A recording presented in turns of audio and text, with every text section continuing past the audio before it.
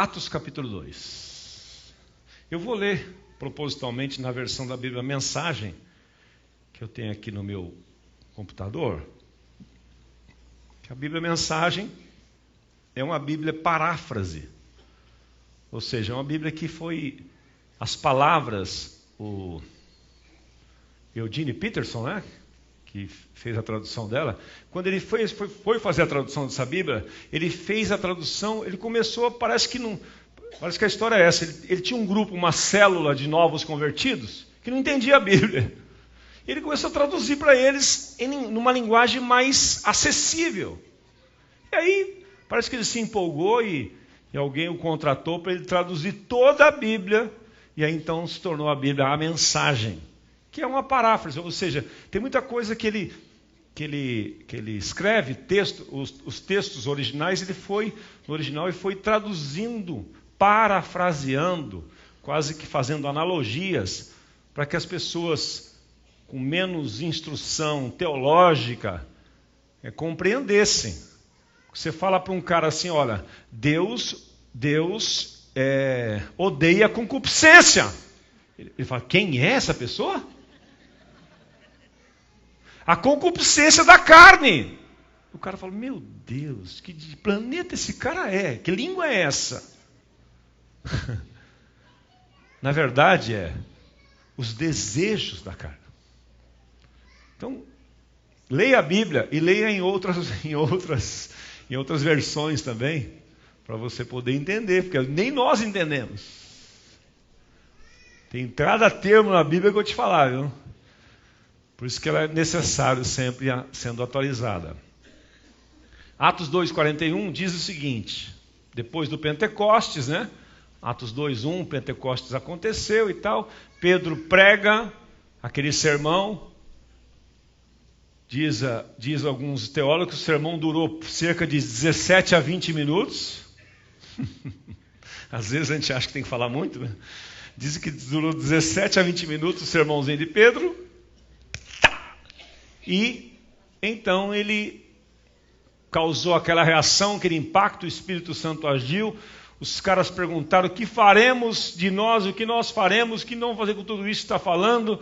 Aí ele diz, arrependei-vos, pois, e convertei-vos, sejam cancelados os vossos pecados, para que vos venha o tempo dos refrigérios pela presença do Senhor, e tal. E 41 diz assim, naquele dia, depois dessa pregação, 3.000 pessoas foram convencidas por aquela palavra. 3.000 pessoas. Foram batizadas e arroladas, ou seja, elas foram integradas na igreja já existente, porque a igreja já existia. Ela se popularizou, ela foi para fora aqui no Pentecostes, né? Já tinha 120, é uma igrejinha pequena naquela época, 120 pessoas, mas ela era poderosa. Elas passaram então a seguir o ensino dos apóstolos, passaram a seguir a vida em comunidade, a refeição comunitária e a prática da oração. Todos ficaram perplexos com os sinais e maravilhas realizados por meio dos apóstolos. Os crentes viviam numa harmonia maravilhosa, que nem nós vivemos. Por que esse sorriso? Não entendi. Está escrito na Bíblia aqui, ó. Os crentes viviam, porque eles eram cheios do Espírito Santo, tinha uma experiência real de regeneração, de arrependimento, eles viviam numa harmonia maravilhosa, diz a versão da Bíblia Mensagem, traduzida pelo Eugene Peterson. E tinham tudo em comum. Vendiam o que possuíam e deixavam os recursos à disposição para atender às necessidades de quem precisasse. Eles seguiam uma disciplina diária de cultos no templo, ou seja, na porta do templo, não dentro do templo, dentro do templo somente, naquela época só o ritual judaico poderia acontecer ali, mas eles marcavam, o point deles era na porta do templo, como se fosse a Praça da Sé, a Igreja da Sé, então o encontro era na Sé.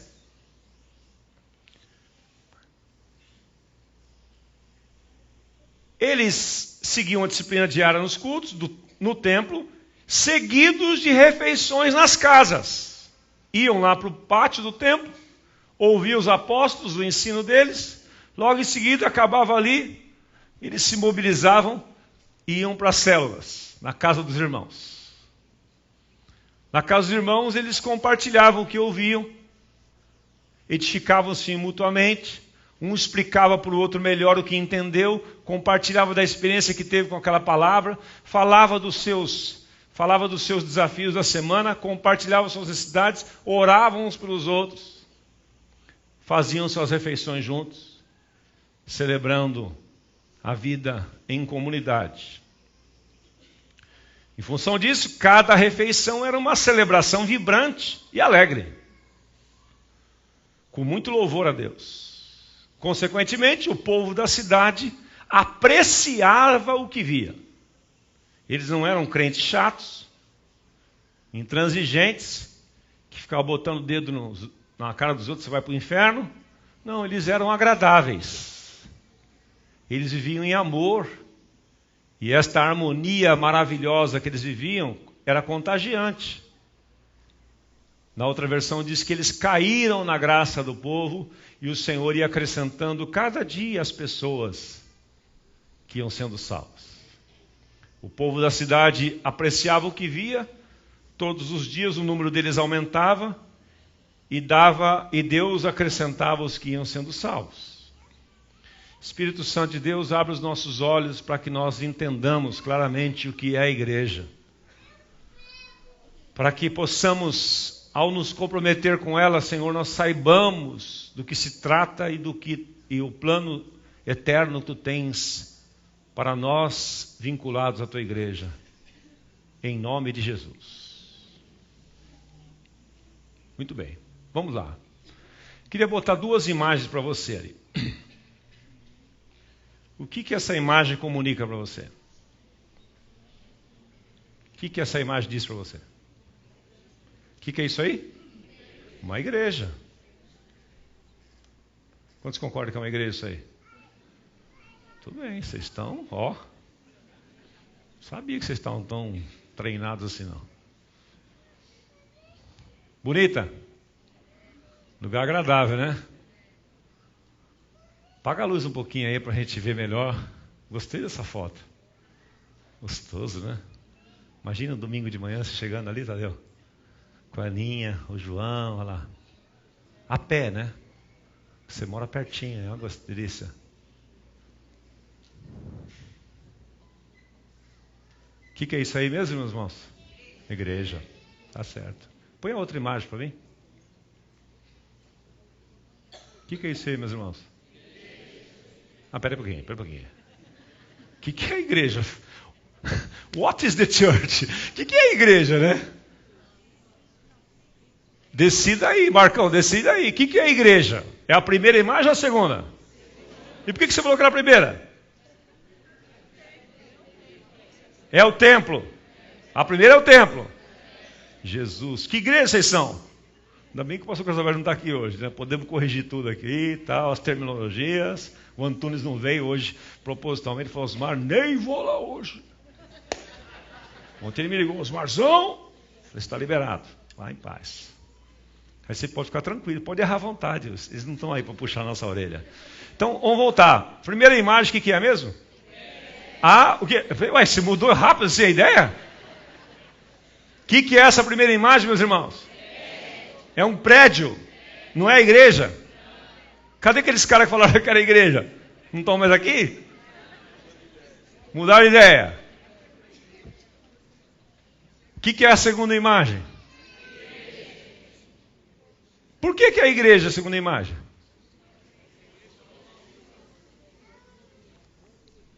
O que esta imagem diz para você? União. O que mais? Comunhão. Quando as pessoas dão as mãos assim, elas estão querendo dizer o quê? O que mais? Tem uma palavra que união não tem muito na Bíblia, não. Tem uma palavra melhor, começa com U, também termina com E. Tem 2 Ds no meio. Unidade.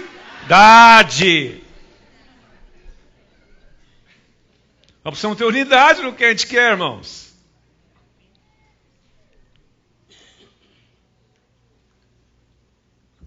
Você sabe que sem unidade Deus não opera?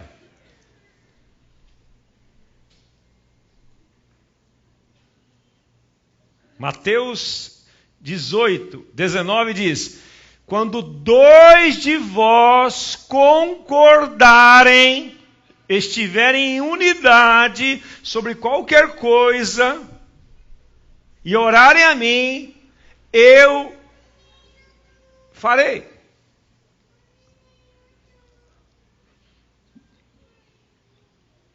Unidade.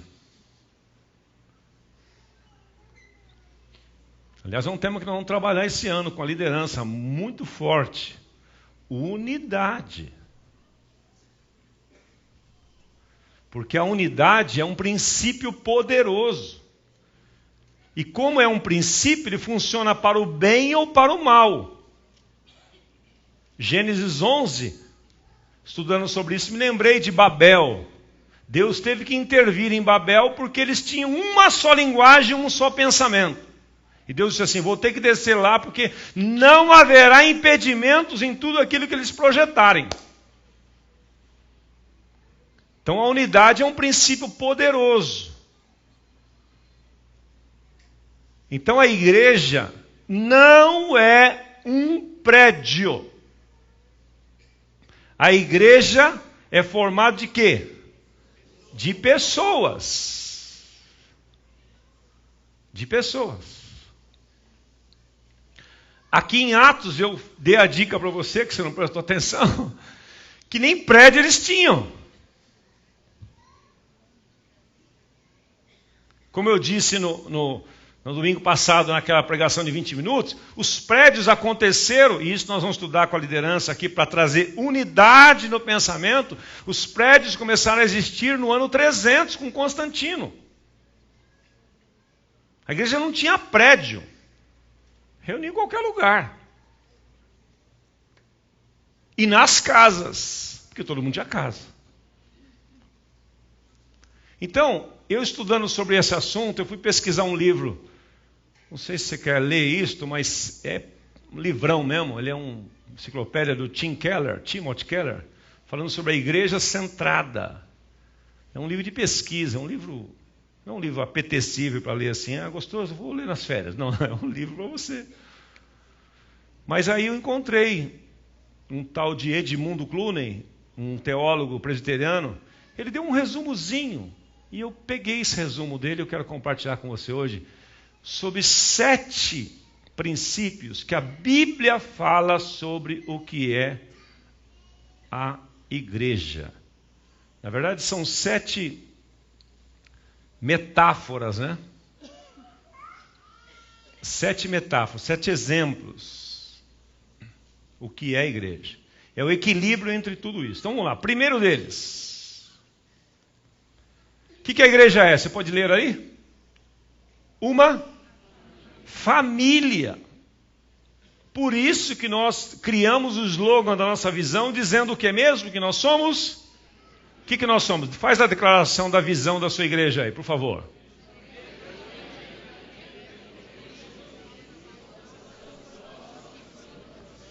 Tem gente que não falou, né? Porque não sabe ou porque não tomou café. Vamos ficar em pé, então vou acordar você? Vamos ficar em pé e vamos fazer a declaração da nossa visão? É importante nós termos unidade. Senão, cada um vai falar uma coisa, aí cada um remando para um lado, o barco não vai andar. Qual que é a nossa visão? Não adianta olhar para cá que ela não está cá. Vira para o seu irmão e fala assim, a visão da nossa igreja aqui é uma igreja família.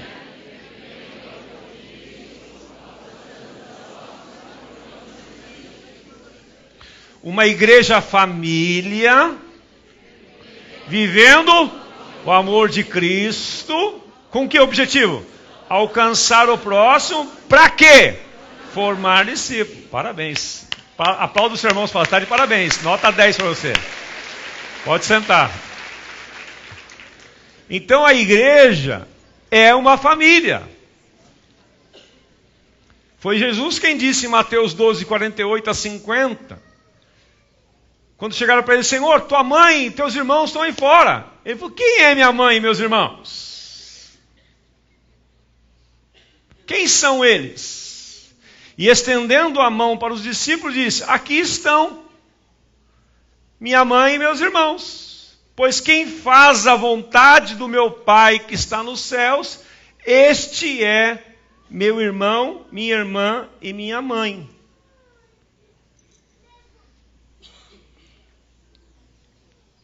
É uma família em que os outros cristãos são seus irmãos, são suas irmãs, são até seus pais, se forem mais velhos, mas é uma família. Basta crer em Jesus, ter sido regenerado, ser uma nova criatura, nós nos tornamos uma grande família. Qualquer lugar do país que você for, ou qualquer lugar do mundo que você for, identificar um grupo de cristãos, ali estão os seus irmãos, ali está a sua família.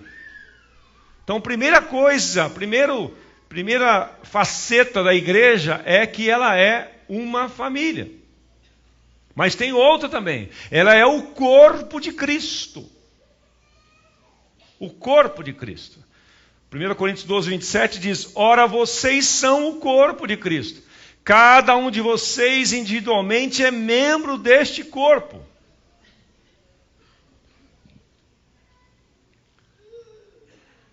Presta atenção nessa explicação simples aqui. Eu como indivíduo, não sou a igreja. Vem cá, Tadeu. Mas quando eu me uno ao Tadeu,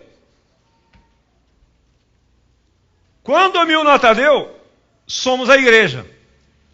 Eu individualmente não sou a igreja. Porque eu sou membro de um corpo. Quando eu me uno ao meu irmão, aí nos tornamos a igreja. Então a igreja não existe a possibilidade de você ser igreja sozinho. Sabe o que é, Osmar? Eu gosto muito de ler a Bíblia, eu gosto muito de orar, mas não gosto da igreja, não gosto de comunhão, esse negócio. Eu e Deus. Não existe biblicamente esta possibilidade, seu James. Não existe. Por isso que Jesus diz,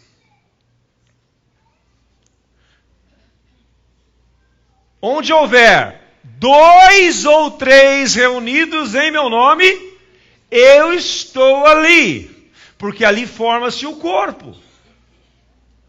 Então a igreja é o corpo de Cristo. Nós somos membros individualmente, nós somos membros deste corpo, mas a igreja é o corpo de Cristo. Por isso que foi assim que Deus planejou, foi assim que Deus fez. Esse é o ideal de Deus e é assim que tem que existir, se nós queremos ser igreja. Então a igreja é a família, a igreja é o corpo de Cristo. Por isso que existe um poder tremendo quando nós nos reunimos. Por isso que quando você chega na sua célula, depois de um dia cansativo de trabalho, cheio de problemas, de más notícias, você chega e entra em contato com seus irmãos, um abraço que você recebe, um momento que você ora junto, como fizemos aqui agora. Você não foi, vou usar essa palavra moderna, você não foi energizado aqui nesse momento de oração que nós tivemos aqui agora há pouco? Se acabasse o culto naquele momento, você teria perdido o tempo de vir até aqui? Não. Agora, e se você não tivesse vindo aqui, tivesse em casa, assistindo esporte espetacular, tranquilo, dormindo até mais tarde, você receberia o que você recebeu aqui quando o corpo se manifestou? O corpo não receberia.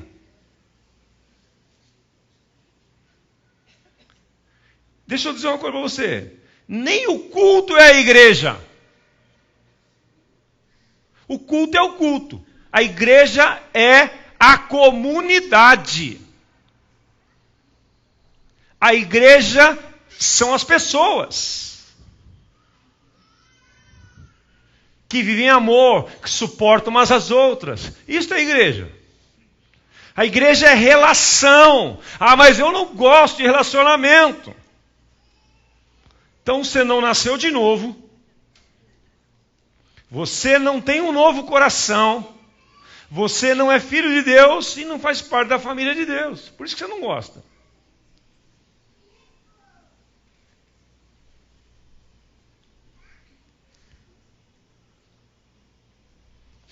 Eu fico meio preocupado com algumas frases que a gente fala às vezes, sabe, meus irmãos?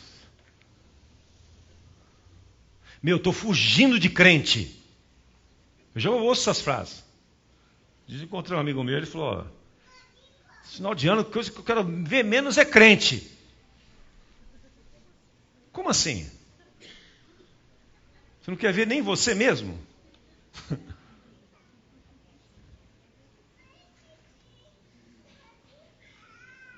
É claro que tem algumas pessoas que não são tão agradáveis de se conviver. Mas, será que você era agradável antes? Ou será que você é agradável hoje? Então nós somos o corpo, meus irmãos. Somos diferentes. Um tem a pele escura, outro tem a pele clara.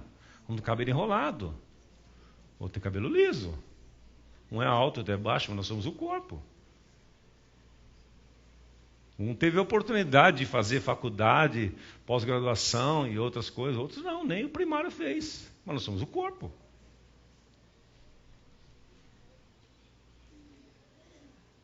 Cuidado para você não ser seletivo. Só andar com gente que te agrada. Cuidado. Porque isso não é ser cristão. Porque nós somos um corpo. Terceira coisa que nós somos. Nós somos a noiva de Cristo. A igreja é a noiva de Cristo. Quando você fala mal da igreja, você está falando mal da noiva do Senhor.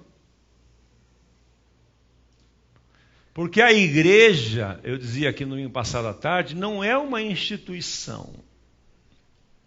Ela é isso que nós estamos vendo aí, biblicamente.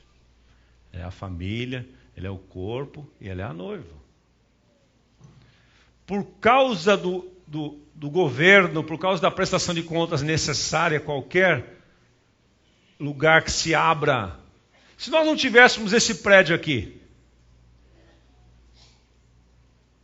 nós teríamos que ter alvará de funcionamento? Não. Nós teríamos que prestar contas para a prefeitura, para o governo? Não. Mas porque nós temos este prédio, usamos este prédio como comunidade da graça, então, para o mundo externo, nós somos uma instituição. Mas eu não estou falando para o mundo externo, estou falando para a igreja, estou falando para o corpo, estou falando para os crentes, estou falando para os cristãos o que nós somos. Nós não somos uma instituição. Nós somos a noiva de Cristo. Efésios capítulo 5, 26 e o 32. Como Cristo amou a igreja, entregou-se por ela para santificá-la, tendo-a purificado pelo lavar da água, mediante a palavra, para apresentá-la a si mesmo como igreja gloriosa, sem mancha, nem ruga ou coisa semelhante, mas santa e inculpável. A igreja é a noiva de Cristo. Ele deu a sua vida por ela. Paulo está fazendo a relação aí entre Cristo e a igreja, o casamento, o homem e a mulher no casamento. Ele está dizendo para os homens, olha, assim como Cristo deu a sua vida pela igreja, você tem que dar a sua vida pela sua esposa. Porque a igreja é a noiva de Cristo. Quarta coisa, quarto princípio, quarta metáfora, que é a igreja, é a geração eleita. Você é alguém extremamente privilegiado. Tudo isso que nós estamos falando aqui vai ser aprofundado e trocado ideias na célula esta semana. Porque nós precisamos passar isso para as pessoas. Hoje nós temos um público aqui de 1.000 e poucas pessoas, mas nós temos mais de 5.000, 6.000 nessa igreja. Então nós precisamos passar isso à frente para que haja unidade no nosso pensamento. Senão as pessoas vão ficar continuando pensando que a igreja é prédio, que é uma instituição. Mas nós somos privilegiados, que a Bíblia diz, 1 Pedro capítulo 2, versículo 9, vamos ler juntos ali para tornar dinâmico aqui? Vocês, porém,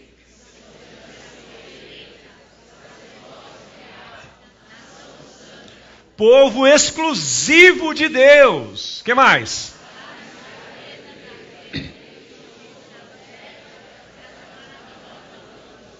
Então você e eu não somos quaisquer pessoas. Nós somos a geração eleita. Nós somos chamados. Nós somos eleitos por Deus. Por isso que Jesus disse, não fostes vós que escolhestes a mim, eu vos escolhi a vós. Ele elegeu você. Sabe aquela história do filme da Cinderela? Que o príncipe elegia. Você foi eleito. Você foi eleita. Então você precisa valorizar isto. Você é sacerdócio real, nação santa. Você é povo exclusivo. Com que objetivo tudo isso? Para anunciar as grandezas daquele que os chamou das trevas para a sua maravilhosa luz. Se a gente pudesse cantar depois, né, Guga? Somos o povo de Deus, somos um povo especial. Lá, do Marcos Barrentos.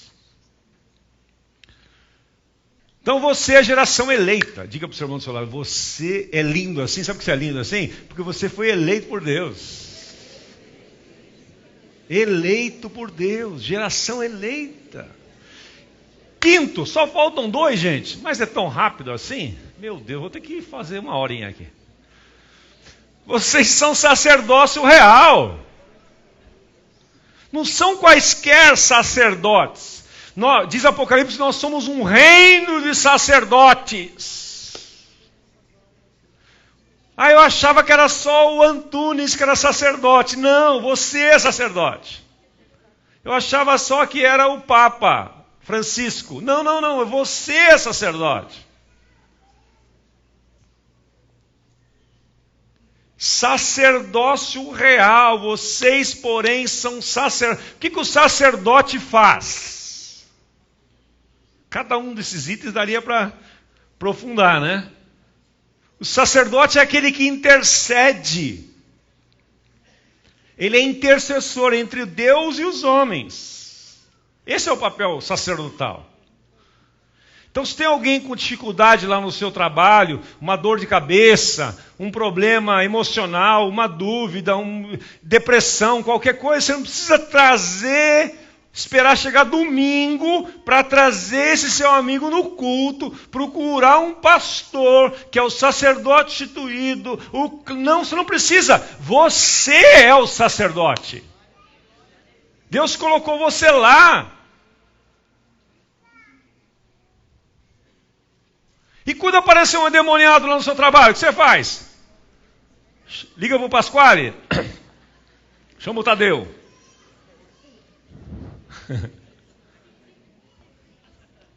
Tomara que apareça um endemoniado essa semana no seu trabalho. No meio do expediente. Pode ser aquela confusão mesmo. Contei essa história para você aqui já, né? Quando eu trabalhava na Prodeste, Jesus, quando a gente novo convertido é um barato, a gente faz qualquer coisa, né? Depois a gente fica tudo cheio de coisa e não faz coisa nenhuma. E eu pregava todo dia lá, né? Na hora do almoço nós tínhamos uma cela, a gente cantava, a gente incomodava pra caramba, né? Aí um dia chegou uma leva nova de estagiários lá, E eu estava sendo perseguido lá, né? Minha chefe tinha dado vários conselhos. Você vai acabar perdendo seu emprego. Bom, eu estou fazendo o quê de errado? Na hora do almoço, os caras tocam samba, tocam não sei o quê. Eu faço que é um momento livre. Eu usava o refeitório para a gente fazer nossa célula lá. Mas acima dela tinha um coordenador espírita, por isso que tinha essa pressão, óbvio. Aí teve um dia lá que uma menina começou a passar mal. E eu não estou sabendo, estou trabalhando lá, né? Aí daqui a pouco ela começou a passar mal e fazer os outros passar mal. Começou a quebrar tudo lá no refeitório, levar lá para o refeitório. Eu trabalhava no prédio da junta comercial aqui na Maria Antônia. Aí daqui a pouco vieram na minha sala, mas você não podia dar uma chegadinha aqui? Foi que foi. Então a menina está passando mal, ninguém sabe o que fazer com ela. Eu falei, chama o fulano. Eu não quero privar o nome dele, porque vai que ele está me assistindo pela internet, ele é muito amado, vai que ele tenha se convertido, ou se converta agora, né? Mas ele sabe que eu estou falando dele. Falei, chama ele. Para ele lá expulsar o demônio. A hora que ela falou do jeito que estava, eu falei, é demônio. Será que você sabe lidar com isso? Eu falei, não. Quer que eu tente? Aí foi aquela comitiva lá. Eu falei, então dá licença. Eu lembrei de Jesus, né? Tchauzinho, lembrei de Jesus e falei, deixa só eu com ela aqui, no máximo. Chamei o Marcão, que já era convertido, o pastor Marcos lá de São Bernardo, trabalhava comigo. Fechou o refeitório. E a menina quase voava dentro daquele lugar. Só que eu já tinha aprendido na igreja aqui, na Comunidade da Graça, que eu era sacerdote. Que eu era um ministro. Eu não era diácono, não tinha título nenhum, não era pastor, não era nada. Eu era recém-convertido, mas eu já sabia, já aprendi que tinha autoridade. Tomamos uma canseirinha nos 15 minutos ali, mas que o demônio foi embora, foi. E aí todo mundo começou, né, Alex? Começou, olhar a gente com outros olhos. Sabe, meus irmãos, Deus às vezes traz situações para nós encararmos, não é para fugir, não. Não é para você dar um remédio para a pessoa. Com uma dor de cabeça, enxaqueca, 2 dias. Rapaz, tem um remedinho bom. Para! Põe as mãos na pessoa e ora por ela. Não precisa fazer uma oração de joelho, botar véu, nada disso. Põe a mão no ombro dela, abraça ela, fala assim, receba a saúde em nome de Jesus. Dê uma ordem para aquela enfermidade. Não precisa fazer um escândalo todo. Porque você é sacerdote. Deus espera que você faça isso.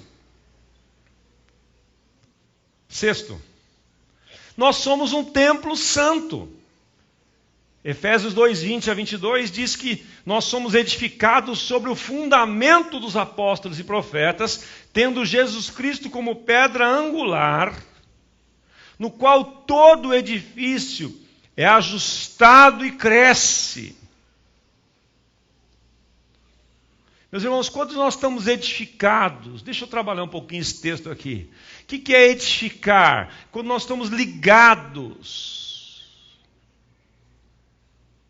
A velha ilustração do Juan Carlos Ortiz, né? A diferença entre uma pilha de tijolos e uma parede edificada. Isso aqui é drywall, né? Mas vamos exemplificar que é uma parede. Ali é a parede.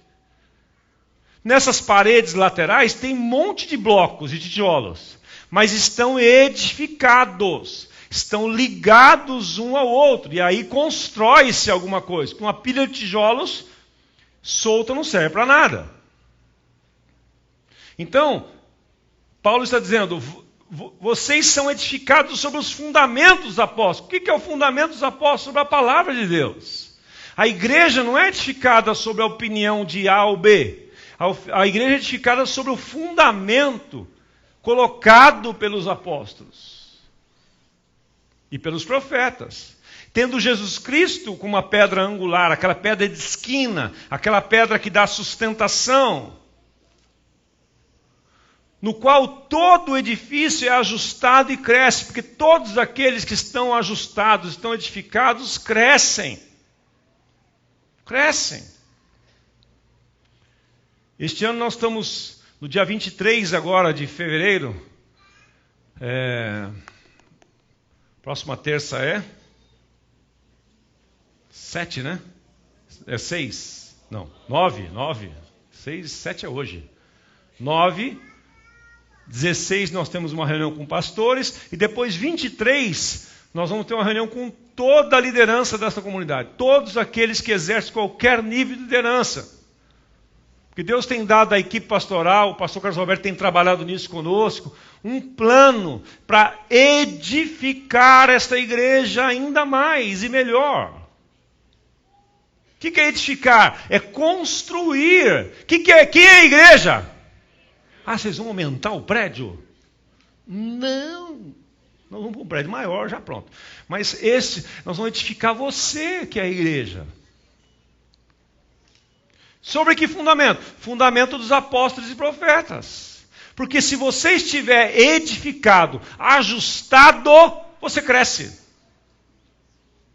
Cresce espiritualmente, cresce emocionalmente, cresce em todos os sentidos. Cresce intelectualmente.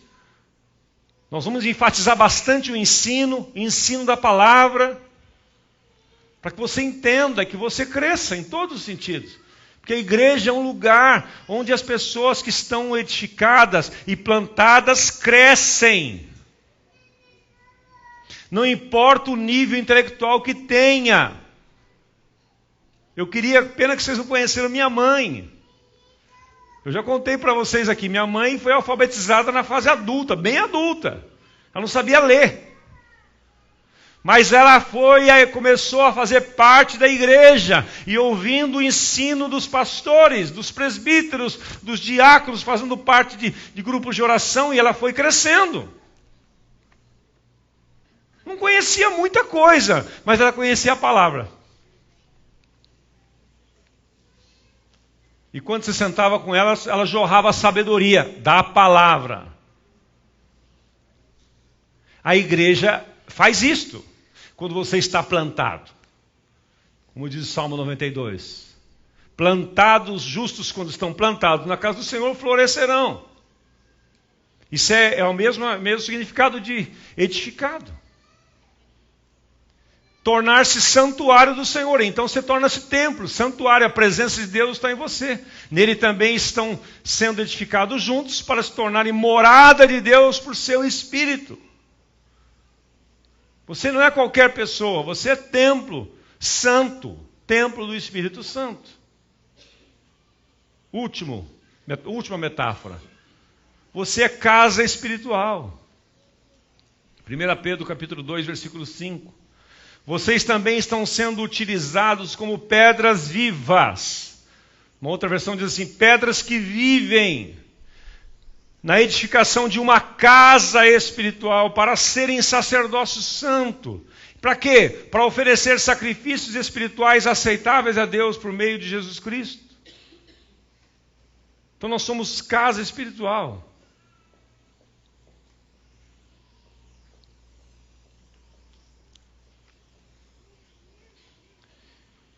E em relação a tudo isso, eu pus uma última imagem aí para você. Em relação a tudo isso que você ouviu, a aplicação final agora. Você está envolvido com essa igreja, com essa visão, ou você está comprometido?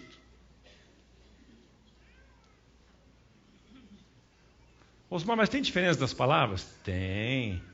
Se você lê o Monge Executivo, o livro do James Hunter, ele conta uma história para ilustrar o que é ser envolvido e o que é ser comprometido. E a história é bem simples, você vai lembrar-se dela sempre. Quando você vai comer, por exemplo, um omelete bem caprichado mesmo, ele tem o omelete mesmo original, aquele americano e tal, ele tem pelo menos duas coisas básicas. Ele tem ovo e ele tem bacon.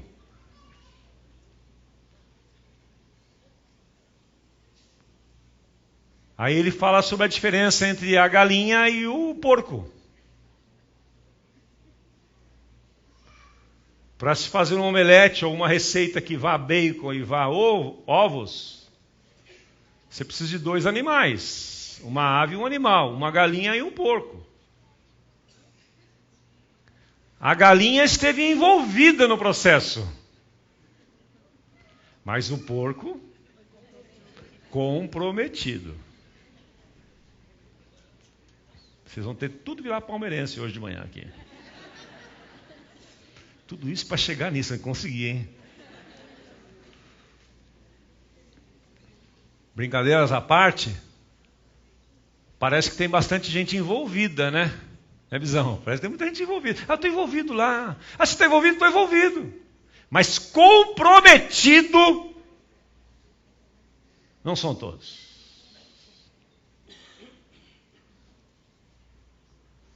Você está lá na Comunidade da Graça? Estou envolvido lá no ministério agora. Estou envolvido. Ah, estou envolvido lá no MAG. Eu estou envolvido lá no Ministério com Crianças. Estou envolvido lá no Celebrando a Recuperação. Ah, tá. Nós precisamos mudar nossa terminologia. Eu estou comprometido com a igreja. Eu estou comprometido com a minha célula. Eu estou comprometido com o ministério que eu exerço.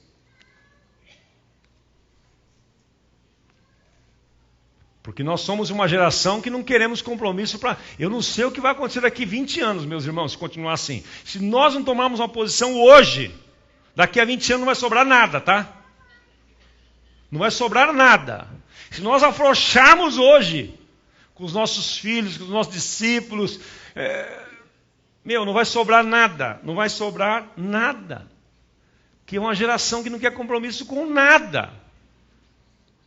Não quer com casamento, não quer com namoro, só quer ficar, só quer transar, só quer beijar na boca um monte agora. Mas ninguém quer comprometer-se com nada. Fazer aliança, você é louco. E a Bíblia diz que Jesus Cristo não veio para se envolver conosco.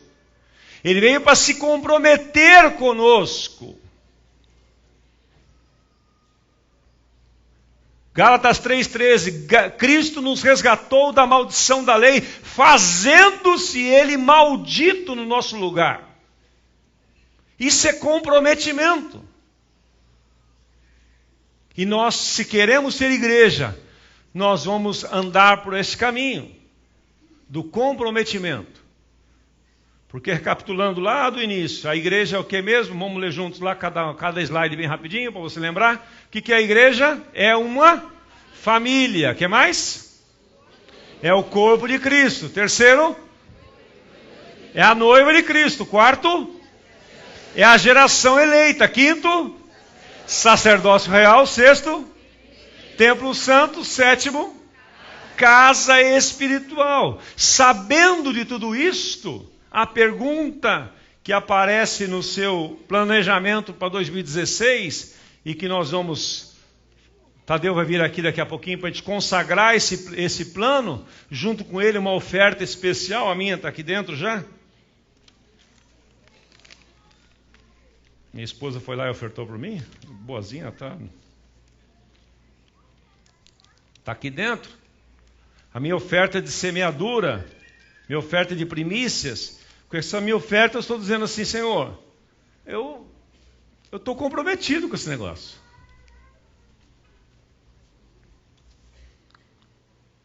Eu estou comprometido. E eu estou renovando junto com toda a equipe pastoral, os líderes. Nós vamos fazer um trabalho aqui dia 23, depois uma consagração no sábado dia 27, para nós nos consagrarmos para este projeto. Que nós, liderança, estamos comprometidos com esse negócio. Plantar o reino de Deus nessa terra.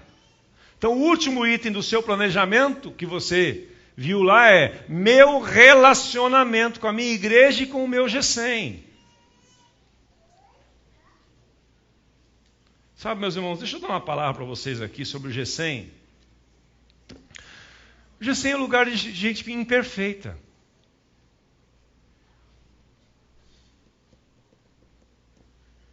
GECEM, a célula, é lugar de gente imperfeita. Assim como a igreja. Se você for crítico e ficar procurando perfeição no G100, você não vai ficar em nenhum. Nem você será líder nunca.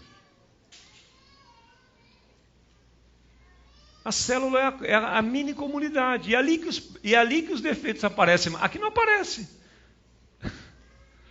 É 1 horinha, meia, 2 horinhas aqui, todo mundo cheiroso, bonito e tal. Chega, roupinha de verdeus no domingo, né? Roupinha domingueira, o carro está lavado, né?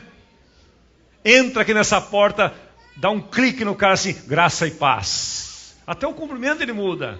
Mas no dia a dia, gente, depois no dia de trabalho, estressante, cansativo, aí é a realidade. Aí você encontra as pessoas mal-humoradas, que estão tristes, tá assim como você. Agora, quando você compõe esse conceito de que você é um consumidor, e eu vou no G100 para consumir, me abençoe, você não vai ficar em nenhum. Desculpe.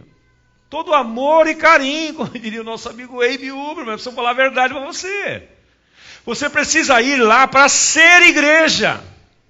Você precisa participar de um G100 porque você é igreja. E não existe maneira de ser igreja sem relacionamento.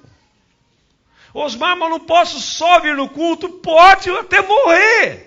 Mas você está pegando um pedacinho só do que é ser igreja. Quando nos reunimos aqui, reunimos para uma devoção, para uma adoração, para uma celebração. Mas ser igreja é no relacionamento. Então faça um propósito. Você que já andou no G100, se decepcionou com as pessoas, volte. Para o mesmo G100 de preferência.